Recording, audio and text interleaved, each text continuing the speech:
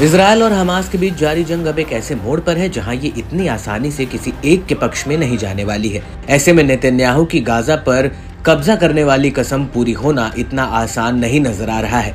जंग के दौरान ऐसे कई मौके आए हैं जब इजरायल को भी नुकसान हुआ है और इसके लिए नेतन्याहू अपने ही देश में घेरे भी गए हैं, कभी विपक्षी राजनीतिक दलों द्वारा तो कभी अपने ही देश में हुए उनके खिलाफ प्रदर्शन से। इस सब के बावजूद भी मध्यस्थता का ख्याल शायद ही कभी इजरायल के जहन में आया है। इजरायल पर जब पहला हमला हमास ने किया था, उस दौरान इजरायली इलाके दहल गए थे और कई लोग बंधक बनाए गए थे, जिसमें कुछ इजरायली नागरिक थे और कुछ अमेरिकी नागरिक भी शामिल थे।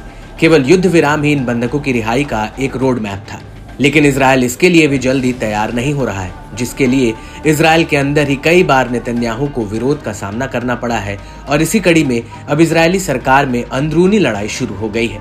जी हाँ, रिपोर्ट के मुताबिक इजरायल के प्रधानमंत्री बेंजामिन नेतन्याहू और रक्षा मंत्री योव गैलेंट के बीच अब विवाद हुआ है, या यूं कहें कि एक आपसी मतभेद हो गया है।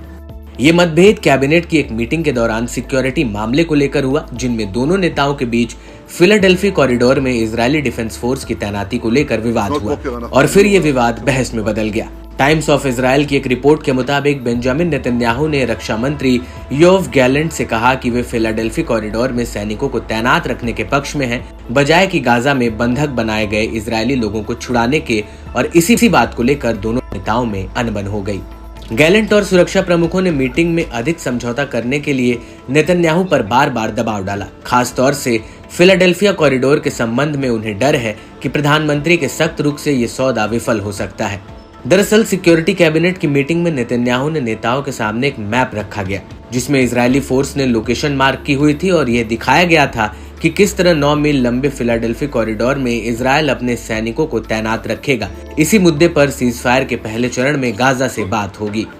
गैलेंट और सुरक्षा प्रमुख चाहते हैं कि सीजफायर में बातचीत के दौरान ज्यादा मुद्दों पर समझौता किया जाए, क्योंकि बहुत ज्यादा कठोर रवैया रखने से डील तक पहुंचने में बाधा आ रही है, खासतौर पर फिलाडेल्फी कॉरिडोर के मामले में। इजरायली न्यूज चैनल 12 के मुताबिक मंत्रियों को पहले ये जानकारी नहीं दी गई थी कि उन्हें फिलाडेल्फी कॉरिडोर को लेकर वोट करना पड़ सकता है। गैलेंट ने नेतन्याहू से पूछा कि ऐसा करना क्यों जरूरी है। उन्होंने मंत्रियों से कहा कि हमास इसके लिए तैयार नहीं होगा, यानी कि समझौता नहीं होगा और ना ही बंधक छोड़े जाएंगे, जिस पर नेतन्याहू ने कहा कि यही फैसला है। हालांकि ये बहस इतनी बढ़ गई थी कि नेतन्याहू ने टेबल पर हाथ जोर से दे मारा था।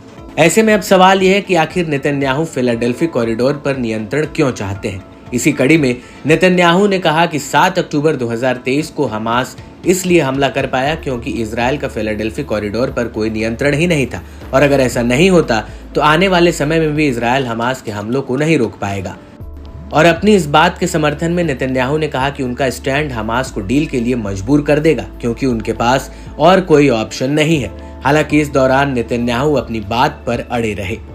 आपको बता दें कि इस महीने की शुरुआत में हमास ने 6 हफ्ते के सीजफायर पर सहमति जताई थी, लेकिन इस दौरान दोनों पक्षों के बीच आने वाले चरणों के लिए बातचीत होनी थी। हालांकि गैलेंट और नेतन्याहू के बीच पैदा हुआ मतभेद इजरायली सरकार और खास तौर पर भविष्य में नेतन्याहू के इजरायल के नेतृत्व को लेकर बड़े सवाल खड़े कर रहा है।